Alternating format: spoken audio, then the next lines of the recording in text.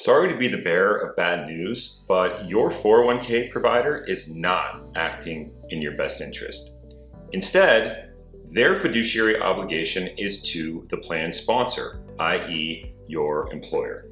And what this means is that they aren't able to offer you personalized financial advice on, for example, how to choose and invest your 401k funds. And that's what I want to do today in this video, is talk about ways to choose your 401k funds wisely. Let's get into it.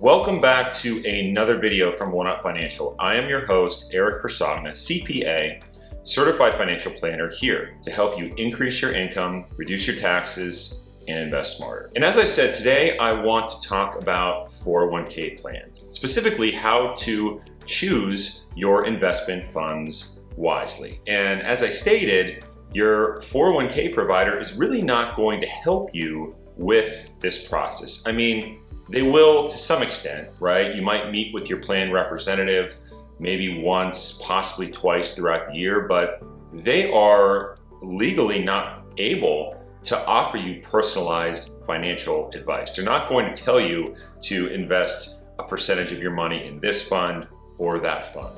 A 401k is really a do-it-yourself type of platform. You are required to determine how much money to save, where to invest that money, and how often, if at all, you should rebalance. So in the video today, I want to talk about specifically how you can invest your 401k funds. And I actually have a blog post where I go more in depth with 5 ways to optimize your 401k plan in 2023. And I'll put a link to that at the end of this video if you want to read more. But for today's purposes, I just want to focus on the selection of the funds themselves. But before I begin, I just want to state that this is not investment advice, this is not financial advice, this is not tax advice. So please consult your tax or financial professional before carrying out any of the strategies that I discuss in this video. So let's get started. You are investing in your 401k, but you're unsure exactly if the funds you have selected are the right ones, or maybe you're just starting and you want to know exactly how you should be allocating your retirement funds. Before you determine which funds to select, I think you need to take a step back and look at what you're working with, right? So all 401k plans are different than the next one. I used to audit 401k plans years and years ago, and I've seen all different types of plan structures and fund lineups, so it's hard to kind of say like each fund is going, or each 401k plan is going to have this set of mutual funds or that set of mutual funds. They're all different, but for the most part, the funds that you have available to you will fall into 3 categories. And the first category is what's called target date funds. And what these are investments that simply track your retirement, and they invest more aggressively when you're younger, and they transition more to a conservative strategy as you inch closer to that quote-unquote target retirement date, which is typically listed right on the fund itself. For example, like the Vanguard target retirement date 2040, meaning that person investing in that fund thinks that they are going to retire in the year 2040. So that's generally one bucket or one option of funds within a 401k plan that you can choose from, are the target date funds, or sometimes they're called lifestyle funds. The next set of funds to choose from are index funds. And those are pretty straightforward. They simply track or aim to replicate the index that they are investing in. So for example, a common one that you'll often see is an S&P 500 index fund, or sometimes it's called large cap. But what that fund will do is simply just track the exact performance of that index over time. Lastly, the third bucket is actively managed mutual funds. And these are a little bit different from The index funds in that actively managed mutual funds will aim to outperform their respective index on a risk-adjusted basis. So for example, you could have a mutual fund to choose from that invests in large cap stocks like the S&P 500, but the managers within that fund are actively trying to buy and sell stocks so that their performance is going to be better than the index that they're benchmarked against, at least on a risk-adjusted basis. So those are kind of the three buckets, if you will, that you typically have to choose from when investing in a 401k. And sometimes you'll have some other options. You might have some commodity exposure. You might have some real estate. I know that Fidelity recently offered a cryptocurrency option within their 401k plan. So you might have some of those outliers that you can choose from, but for the most part, at least from a fund structure standpoint, you have target date funds, you have index funds, and then you have actively managed funds to choose from. So with all that being said, what funds do you choose, right? So I'll kind of break it down based on the different types of investors, right? So if you are someone that just wants a set it and forget it strategy, you don't want to have to pick individual funds, you don't want to have to rebalance and monitor on an ongoing basis, then a target date fund might be the best option for you. As I said before, target date funds pretty much do all of the work for you. They start out more aggressively now, or at least when you're younger, and they get more conservative as you get closer to your retirement date. They pick the investments and they rebalance those investments, whether it's stocks and bonds, and they pretty much do all of the heavy lifting for you. And a lot of people like that. They don't want to have to deal with picking their individual funds and managing them and rebalancing them. The only thing I will say with target date funds is that you have to be comfortable with your investment strategy becoming more conservative over time, regardless of what's going on in the market or the economy. And the reason I bring that up is I think, at least for me, that's probably the biggest criticism I have with target date funds, is that they are not tailored to you specifically. They are tailored literally to the masses. They are tailored to people that are retiring in for example, 2040 or whatever the target date is. And they don't really care about you or your personal financial goals specifically. They are just simply aiming for an investment strategy that is slowly going to get more conservative as it gets closer to that date. And that may sit well for you. You may be totally fine with that approach, but others, and at least based on ones that I've worked with, based on clients that I've worked with, don't necessarily invest that way. Some are actually even more heavily weighted in stocks when in their 60s and their 70s, and don't necessarily want to have all of that bond exposure at that time. So you just have to know, I think, what you're getting into before picking the target date fund, and it does have its benefits, but you also have to know what the drawbacks are. Now, if you don't want to go with that set it and forget it approach, and you want to actually pick the funds yourself, then you have to start first by identifying what your risk tolerance is, which will help inform what your asset allocation is going to look like. And generally speaking, more risk means more equity exposure. And those two things are directly correlated with length of time until retirement. But that doesn't necessarily mean that just because you're younger, you should be more aggressive, and older, you should be more conservative. I actually have worked with clients in their 20s who have a healthy allocation to bonds.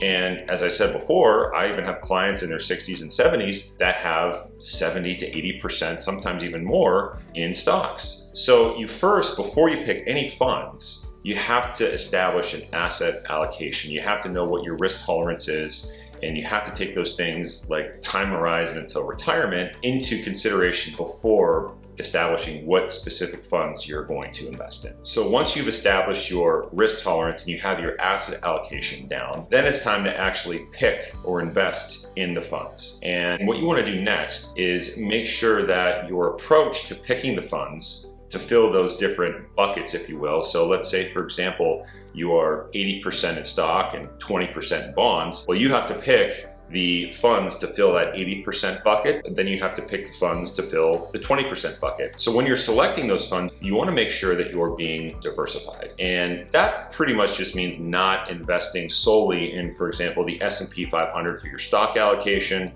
and the Barclays Ag for your bond allocation. And there's really not anything, I guess, wrong with doing it that way, except that there are just so many other areas of the market that you could be investing in that you're actually missing out on if you just pick one index for stocks and one index for bonds.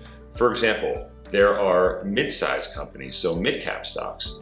There are small companies, which are represented in the Russell 2000. There's real estate. So if your 401k plan offers real estate, there usually would be an option to invest in REITs, real estate investment trusts, some kind of fund that tracks that market. And then obviously we have domestic markets and we have international markets. So there are emerging markets as well as developed markets internationally that you may want to consider for your equity portion of your investments. Now on the fixed income side, so for bonds, when you're choosing your funds, some of the things that you want to pay attention to are the types of credit that you're investing in. So whether you're investing in government bonds or corporate bonds or even international bonds, you want to understand what type of credit, what type of bonds that you're investing in. In addition to the type of credit, you want to pay attention to what's called duration. Duration is nothing more than a bond's risk, meaning how much the bond price will move up or down in relation to fluctuations in interest rates. And generally speaking, the longer the duration of the bond, the higher the risk, or the more that bond price will move as interest rates change. So you want to pay attention to the credit, the type of credit, as well as the bond duration when you're picking the funds within your fixed income allocation. Now, most common question I get after going over all of that is, okay, well, I know I need to be diversified, but what percentages should I have in, let's say, mid caps, and what should I have in international? And that's a very difficult question to answer because it's really specific to each individual, or at least it should be.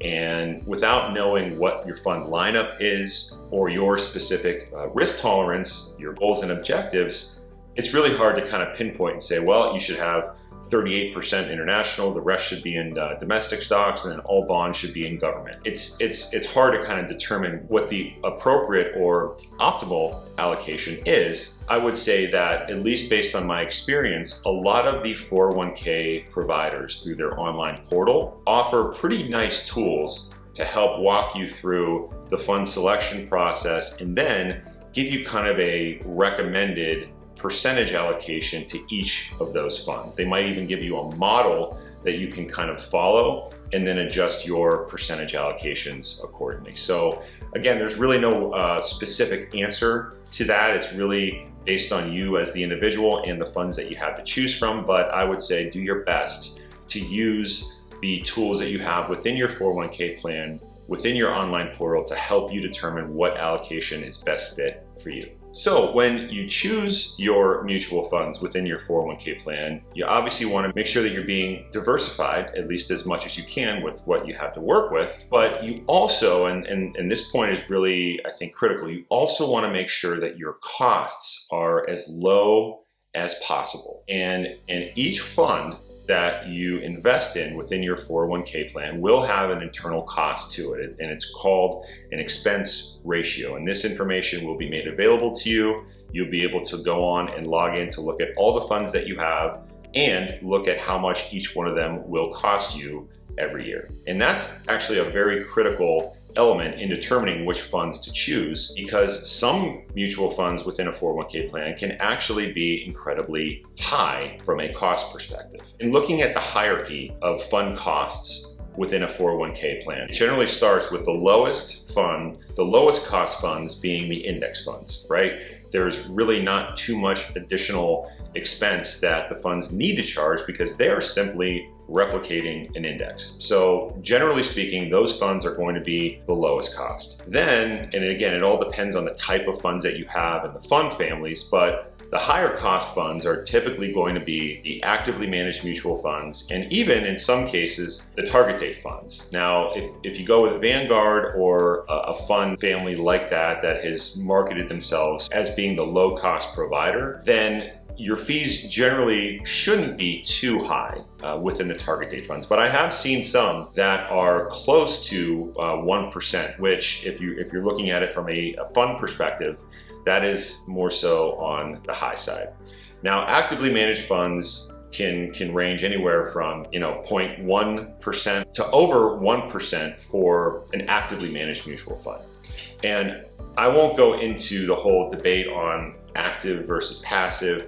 All I will tell you is that, and you can even look this up on the internet, is that it is very difficult, at least for professional fund managers, to outperform their benchmarks net of fees over long periods of time. And that's not to say that active managers don't outperform ever, but the chips are stacked against them and the odds are really not in their favor. Meaning, as an investor, as an individual investor, it's sometimes hard to pick which fund manager you think is going to outperform that index, whether it's the S&P 500 or the Russell 2000. And if they don't outperform, if you just get the index return, then you're actually overpaying for something that you could have gotten much cheaper in an index fund. So again, I'm not going to opine on what my thoughts are on the active versus passive debate. I think there are good cases to be made for both. But one thing is for certain is that costs matter, especially in a 401k plan where you really have no personalized financial advice. You're not working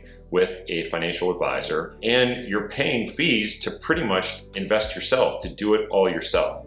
So knowing that, you want to make sure that the funds you're selecting are reasonably priced and you're not overpaying for something that you could get for less than 10 basis points. As I said earlier, I go more in depth with 5 ways to optimize your 401k plan in my blog at www.oneupfinancial.com/blog if you want to check that out. Thanks as always for watching our videos. If you want to stay up to date with our market financial commentary, please subscribe to our blog at oneupfinancial.com/blog or follow us on LinkedIn and Facebook. Thanks again, and we'll see you in the next one.